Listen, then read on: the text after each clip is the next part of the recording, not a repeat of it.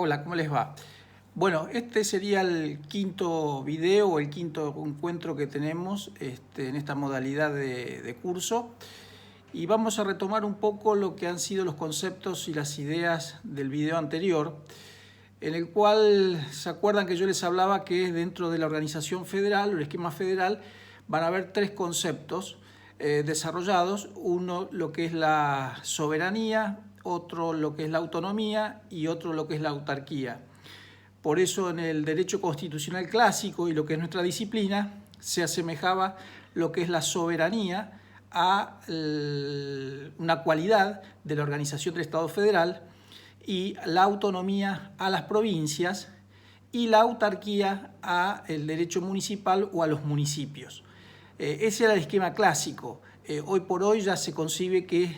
la soberanía sigue estando en el Estado federal, pero que la autonomía es una característica tanto de las provincias como de los municipios. Tengan en cuenta ustedes, como les decía en el encuentro anterior, que la soberanía es una característica, una cualidad del poder. Uno es soberano, o el Estado es soberano, en la medida que no tiene ningún tipo de sujeción, ni de tipo política ni jurídica, a ningún otro poder. Por eso los estados o las naciones son soberanas. En este caso, en el nuestro, el régimen constitucional es el Estado federal. En cambio, las provincias y los municipios son autónomos, es decir, tienen la capacidad para desarrollar ciertas competencias, atribuciones, funciones que les son reconocidas como un ente jurídico político, pero con una subordinación jurídica que le marca la Constitución Nacional. En cambio, la autarquía, tanto la idea de soberanía como de autonomía son conceptos del derecho político. En cambio, la autarquía es un concepto, como les decía, del derecho administrativo, y está vinculado la autarquía a una técnica de la descentralización de la función administrativa o el cumplimiento del fin administrativo que tienen los entes públicos. Por eso la teoría clásica entendía que el municipio no tenía entidad política, no era un órgano de Estado propio dentro de la organización federal, sino que era una descentralización de función administrativa de la provincia en un ámbito territorial limitado como era la ciudad. Ese concepto del municipio autárquico o con la autarquía hoy ya está dejado en desuso por tanto la doctrina como la jurisprudencia y con la Constitución Nacional, con el artículo 123, que ya lo reconoce al municipio como un ente político propio de la organización federal, caracterizado por la autonomía. Entonces tengan en cuenta esos tres conceptos, como les decía, y los entes autárquicos hoy los puede tener tanto la provincia, la nación como el municipio, como les decía, porque son personas jurídicas de derecho público, pero que ejercen una función descentralizada o función administrativa descentralizada. Por ejemplo, ustedes tienen que las misiones genéricas o funciones genéricas del Estado tienen que ver con promover el bienestar general, las libertades individuales, el progreso equitativo de los individuos como funciones esenciales o generales.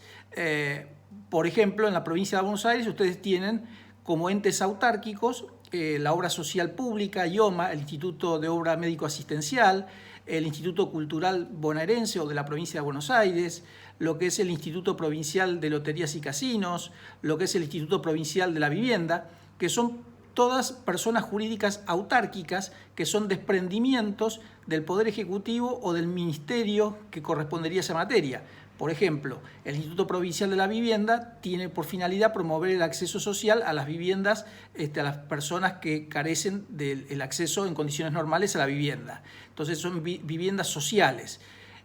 Si no existiera el Instituto Provincial de la Vivienda como un ente autárquico específico para esa finalidad, el que lo ejercería en forma concentrada sería el gobernador a través del Ministerio de Obras Públicas o, en este caso, Infraestructura y Servicios Públicos. Entonces, fíjense que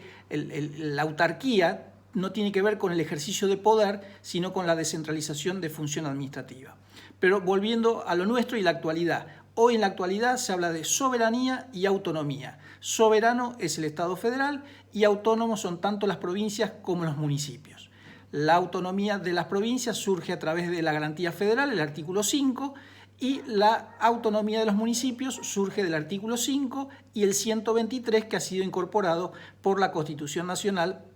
de 1994. Una aclaración que quizás ya lo han visto en derecho constitucional. El concepto de la soberanía en el Estado federal hoy está, no sé si en crisis, pero sí en cierto modo devaluado, porque ese carácter absoluto, supremo que le daba la soberanía a la teoría constitucional clásica, hoy tiende a ser atemperada en ciertos aspectos con los procesos de regionalización que sufren los países, en el cual a través de acuerdos político-institucionales delegan ciertas competencias o jurisdicción para determinadas materias en organismos supranacionales o por encima de las naciones. Y esto tiene que ver como producto de los procesos de regionalización que han sufrido en la última mitad del siglo pasado los estados, en el cual ustedes en la modernidad ven a la Argentina a través de lo que es el Mercosur, el Mercado Común del Sur, o lo que es en su momento el NAFTA,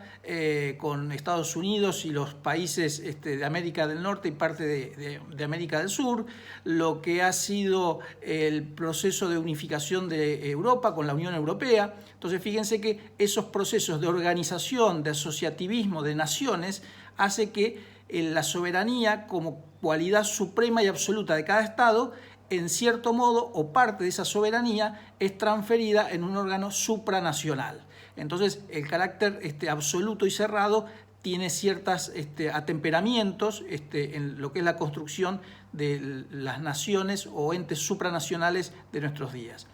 Pero volviendo a lo nuestro, entonces, el carácter, entonces, decíamos, autónomo de las provincias y los municipios. Tengan en cuenta ustedes que dentro de la organización federal dijimos que hoy en nuestros días el sistema federal argentino reconoce 4 entidades jurídicas políticas, que era el Estado federal, los estados provinciales, los estados municipales y la ciudad autónoma de Buenos Aires. Ahora bien, el carácter autonómico, esa capacidad para hacer algo, depende de la Constitución Nacional. En el ámbito de las provincias, acuérdense, surge del artículo 5, pero a su vez del 121 y los concordantes, en tanto establece el sistema de atribución y distribución de competencias. Pero la clave es la garantía federal, el artículo 5. ¿Por qué garantía federal? Garantía da la idea de garantizar, asegurar, un deber de garantía. Esa garantía tiene una naturaleza política o de carácter institucional, en el cual el Estado federal reconoce y le concede a las provincias, desde el origen de la Organización Federativa de la Argentina, la autonomía. Ustedes, provincias, pueden hacer las atribuciones y funciones que están reservadas por la Constitución Nacional como propias de las provincias, pero deben cumplirlas dentro del marco de la Constitución Nacional. Eso es básicamente la idea de la garantía. Y a su vez esa garantía no es en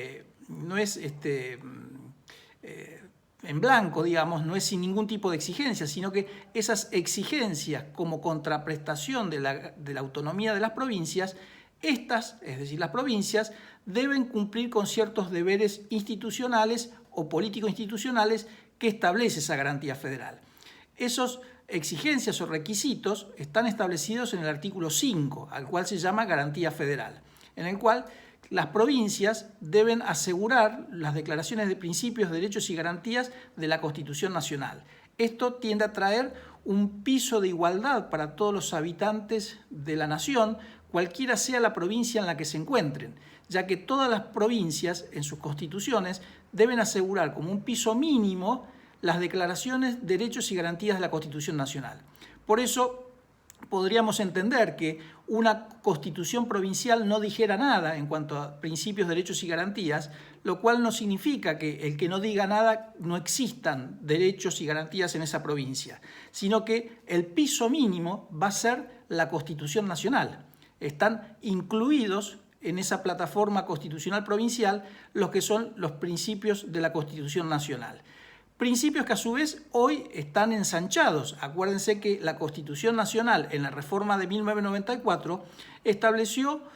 el bloque de constitucionalidad, a través de lo cual se incorporaron tratados internacionales de derechos humanos con jerarquía constitucional, en el cual ese piso mínimo hoy de derechos y garantías para los individuos de las provincias, cualquiera sea la provincia, parten no solo de la Constitución Nacional, sino que de todos los tratados de derechos humanos que se han establecido con jerarquía constitucional a través del artículo 75, inciso 22.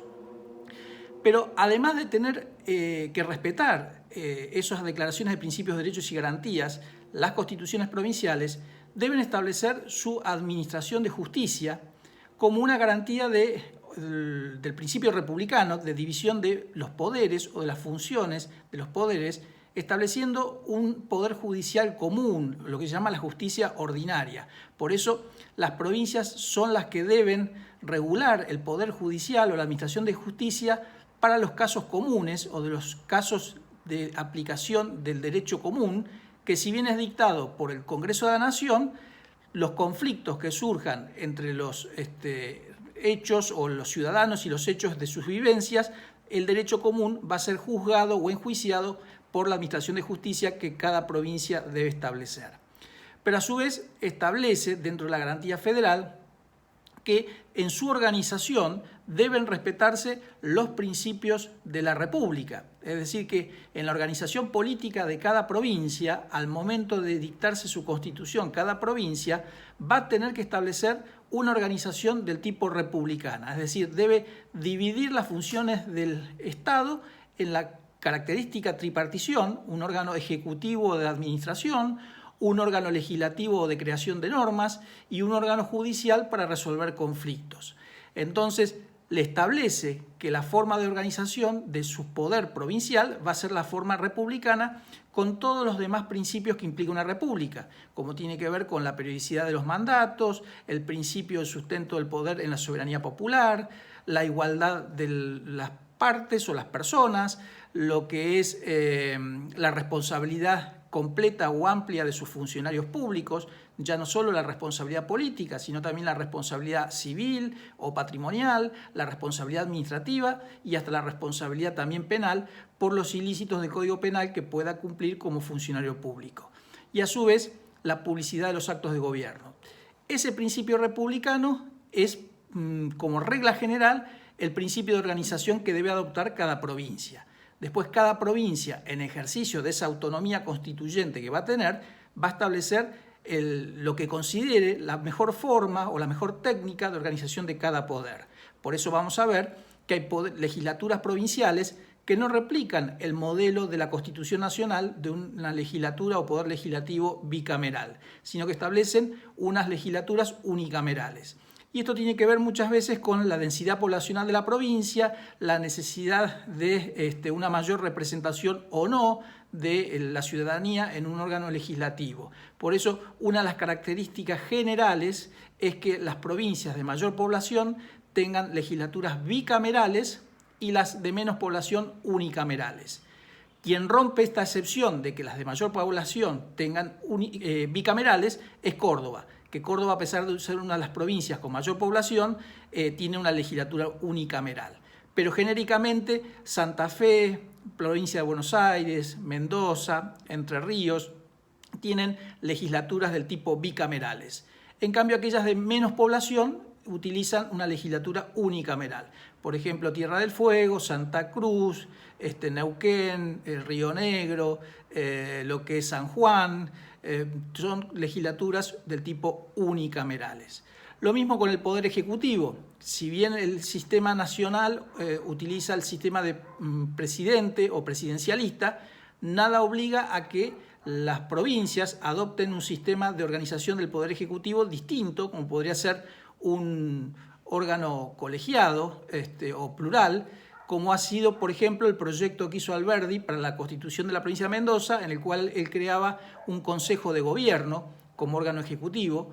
pero la realidad de nuestros días nos demuestra que todas las provincias siguen con una organización de poder ejecutivo de tipo unipersonal del esquema presidencialista, al cual se denomina gobernador. Si bien se eligen por fórmulas, gobernador y vicegobernador, el ejecutivo es unipersonal. pero bueno, eso es propio del esquema constituyente de cada provincia. No debe, digamos, la garantía federal establece la división de poderes, pero no que tengan que tener todos el mismo modelo o el mismo forma de organización del poder ejecutivo, el poder legislativo o el poder judicial. En este último, el poder judicial, vamos a ver que también en las provincias hay matices. Algunos siguen en su organización los poderes judiciales con designación clásica, es decir, el gobernador con el acuerdo de la legislatura. Otros establecen el mecanismo de selección previa a través de consejos de magistratura. A su vez, hay algunos que establecen consejos de magistratura con composición política o de los órganos políticos y de los abogados. Otros lo hacen más amplio, en el cual ponen como miembros del Consejo de la Magistratura a la ciudadanía común, no letrada o no abogadil. Otros incluyen a los empleados judiciales. Entonces vemos cómo, como expresión de la autonomía constituyente de cada provincia, cada uno busca la mejor forma de organización. Pero el principio de la garantía federal es que respeten el sistema republicano, es decir, la división de las funciones del poder con todas sus características, después qué tipo de modelo de organización de poder es propio de cada provincia. Y la otra cuestión que también establece la garantía federal es que deben asegurar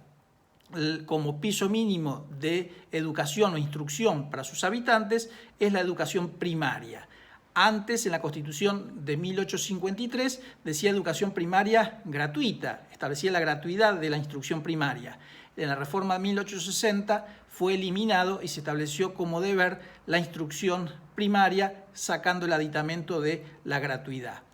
Tengamos en cuenta que si bien este nivel mínimo de instrucción para todos los habitantes de la Argentina hoy está superado por la Ley Federal de Educación, en el cual ya se establece con carácter obligatorio los niveles secundarios de instrucción o de educación para todos los habitantes, en el cual estamos yendo ya en la actualidad más allá de ese principio básico esencial del artículo 5 de la Constitución. Y lo otro que nos interesa a nosotros es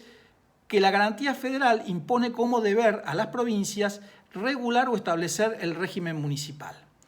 Esa era la única disposición constitucional histórica de la Constitución de 1853 dedicada al régimen municipal. Esto llevó toda una centenaria discusión tanto en doctrina como en jurisprudencia respecto al alcance y al entendimiento que debía tener esa cláusula constitucional del régimen municipal. Esto abrió dos interpretaciones o dos bloques de interpretación en el cual eso debía ser entendido. Por un lado, algunos consideraban que la Constitución estaba hablando de, cuando hablaba del régimen municipal, de autarquía municipal, en el cual la autarquía municipal, como ya les decía, implicaba un modelo de organización municipal que le niega al municipio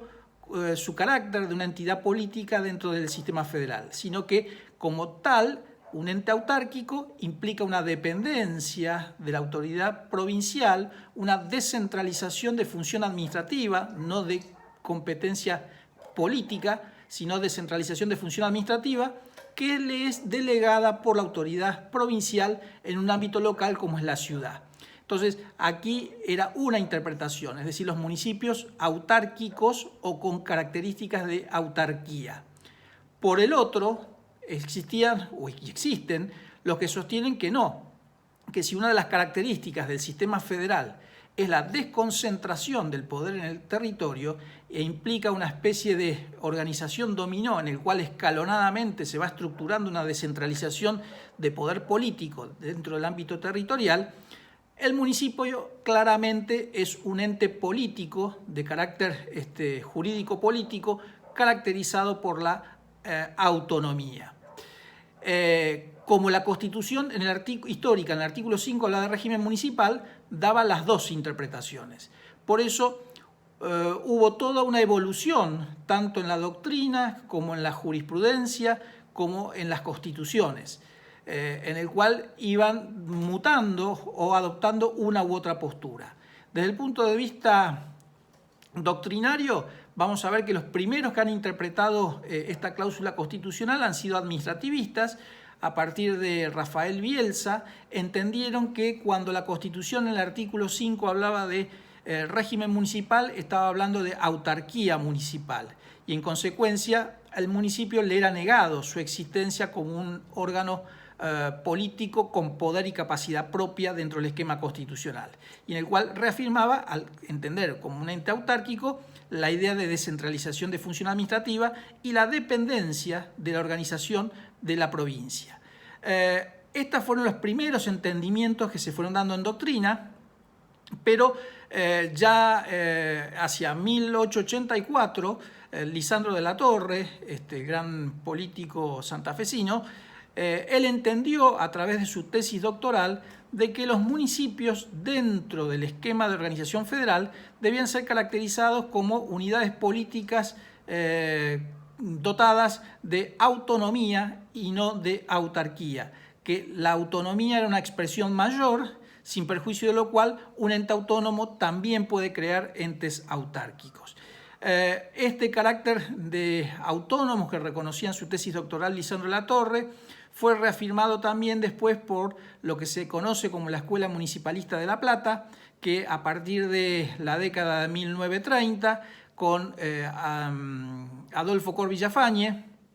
van a ver que se desarrolla la que se llama la República Representativa Municipal, en el cual básicamente esta teoría que surge aquí en esta facultad, en la Universidad de La Plata, entendía que el municipio replicaba en su organización lo que es el esquema republicano y autonómico que tienen las provincias dentro de la organización federal. Y entonces reconocía al municipio como un ente político autónomo, con capacidad propia, con funciones propias y atribuciones propias dentro del esquema organizacional de la Constitución Nacional y la Constitución Provincial. Asimismo, reconocía esta República Representativa que la cuna de la democracia dentro del sistema federal eran los municipios. A partir entonces de Lisandro de la Torre, la Escuela Municipalista de La Plata, empezaron a haber mayor cantidad de voces que han entendido en doctrina que el municipio es una verdadera organización autónoma dentro del esquema federal. Ya hacia nuestros días van a ver ustedes, si lo ven en la bibliografía, son numerosos los cultores de la autonomía municipal y el reconocimiento, en el cual van a ver a Grau, van a ver a Tomás Diego Bernard, actualmente a Pablo Reca, a Antonio María Hernández, van a ver a Dardo Pérez Gilú, a Zarza Mensaque, van a ver que ya en los últimos 40 años ya en doctrina nadie discute la existencia del municipio como una entidad política autónoma. En el aspecto jurisprudencial, ustedes tengan en cuenta que la Constitución histórica, como les decía, el artículo 5 hablaba del régimen municipal y no había ninguna otra disposición constitucional que hablara del municipio. Recién en 1994, con la reforma constitucional de ese año, se incorpora el artículo 123 que tiende a aclarar el régimen municipal del artículo 5 en decir que el régimen municipal es un régimen municipal autónomo. Pero antes de esa reforma de 1994, vamos a ver que en la jurisprudencia los primeros fallos que interpretaron la cláusula del artículo 5 se enrolaron en la idea de la autarquía. Por eso, el primer precedente importante que ustedes tienen que ver es el fallo Ferrocarril del Sud contra la Municipalidad de La Plata de 1911, que entendió en materia de impuestos municipales, de recaudación de impuestos municipales, que el municipio es una entidad autárquica, una dependencia administrativa que está sujeta o dependiente de la autoridad provincial. Entonces, esa primera interpretación jurisprudencial se enroló en la idea de la autarquía. Todos los precedentes posteriores fueron reafirmando esa idea o esa primera idea de municipio autárquico hasta 1989, que se produce una interpretación constitucional de la Corte Federal o de la Corte Suprema de Justicia de la Nación a través del fallo Riva de Mar Ángela contra la Municipalidad de Rosario. En ese precedente de 1989 van a ver ustedes que la Corte hace en sus considerandos todo un raconto histórico de cuáles fueron las posturas que ha tenido el tribunal respecto a la interpretación de ese artículo 5 en lo que es el régimen municipal, y cambia su postura, volcándose ahora, a partir de este precedente, por la autonomía municipal. Es importante de ese fallo que, además de leerlo en su integridad, es el considerando octavo, un poco el considerando visceral, en el cual determina por qué concluye en reconocer que los municipios son entidades políticas caracterizadas por la autonomía. Después de este caso Rivademar, vamos a ver al año siguiente el caso Promenade, y ya después, posterior a la reforma de 1994 y con el artículo 123, hay otros precedentes como tienen que ver con la Municipalidad de San Luis, un conflicto que hubo acerca de la existencia de 2 intendentes para el municipio de San Luis Capital, y ya más nuestros días algunos planteos que tienen que ver con la coparticipación municipal de impuestos, en un caso de hace poco tiempo, sobre el municipio de La Banda, en Santiago del Estero, o con la municipalidad de La Rioja. Entonces vamos a ver que ahí un poco tenemos la interpretación y la evolución de la jurisprudencia. Después vamos a ir más en detalle sobre ellos, pero ahí vean cómo va la secuencia histórica de la interpretación de la jurisprudencia. Y también lo que ha sido en materia de la evolución constitucional. Tengan en cuenta ustedes que, así como dijimos que recién en 1994, con el artículo 123, la Constitución aclara que los municipios son autónomos, completando la idea del artículo 5 de la misma Constitución, vamos a ver que en el plano de las constituciones provinciales, la primera que reconoce la autonomía municipal es la Constitución de 1921 de la provincia de Santa Fe, la cual tuvo una efímera vigencia en razón que fue anulada esa reforma por cuanto la Convención Constituyente excedió en el plazo de funcionamiento y por lo tanto quedó nulificada esa reforma constitucional. Pero después de ese caso de 1921, fueron las nuevas provincias, a partir de los procesos de provincialización de los territorios nacionales en 1957, cuando esas provincias o nuevas provincias comenzaron a dictar sus constituciones provinciales, comenzaron a reconocer en sus textos la autonomía municipal, y en el cual vemos que reafirman lo que ya había sido la Constitución de Santa Fe en 1921, y después, con el retorno ya democrático en la última etapa, vamos a ver que con el proceso que abren las constituciones provinciales en 1985 en adelante, comienzan también a reformar sus constituciones y a consagrar el principio de la autonomía municipal. Por eso vamos a ver que muchas provincias han reconocido la existencia de los municipios autónomos con mucha anterioridad temporal y cronológica a lo que lo ha hecho el Constituyente Federal, que recién lo hace en 1994 con el artículo 123. En el panorama constitucional actual son todas las provincias, si ustedes leen de las 23 constituciones provinciales, todas reconocen el principio de autonomía municipal, lo único con características o matices distintos, pero las únicas 3 provincias que no han modificado el régimen constitucional municipal y que no hablan de autonomía municipal en sus constituciones son la Constitución de Santa Fe, la de Mendoza y la provincia de Buenos Aires. Por eso decimos en doctrina que el régimen constitucional de estas 3 provincias, además de no consagrar el principio de la autonomía municipal, lo cual implica una inconstitucionalidad omisiva porque no han adaptado sus textos constitucionales en lo que es lo municipal al 123 de la nueva Constitución Nacional, sino que a su vez niegan al municipio la capacidad política y jurídica para la toma de decisiones y el ejercicio de competencias propias, dependiendo de la calidad de las normas o leyes orgánicas municipales y que tiendan a dotar de capacidad al municipio. Y a su vez podríamos decir que dentro de esas 3 constituciones provinciales que no reconocen expresamente la autonomía municipal, la provincia de Buenos Aires es la más atrasada, si se quiere, la más retrógrada en el concepto jurídico constitucional de la organización municipal, en el cual ya profundizaremos en su momento. Pero esas 3 constituciones provinciales no han ajustado sus textos al 123 de la Constitución Nacional, lo cual nos lleva a entender que hay una inconstitucionalidad omisiva por cuanto no siguen como piso mínimo la idea de la autonomía. Bueno, hasta acá un poco el encuentro de hoy. Les pido que para esto y profundizar un poco lo que es la autonomía provincial y la garantía federal, fíjense, hay fallos en la carpeta de fallos o jurisprudencia. Les pido que para entender lo que es la autonomía provincial pueden leer el fallo de UCR contra la provincia de La Rioja o Frente para la Victoria contra la provincia de Río Negro, que han sido fallos recientes de hace un año, en el cual entendieron en materia política electoral lo que es la autonomía de las provincias, o el caso Reutemann, que ya tiene también varios años, como idea de entendimiento de lo que es la autonomía de las provincias. El próximo encuentro vamos a retomar esto de la autonomía municipal y ya vamos a analizar lo que es el artículo 123 de la Constitución Nacional.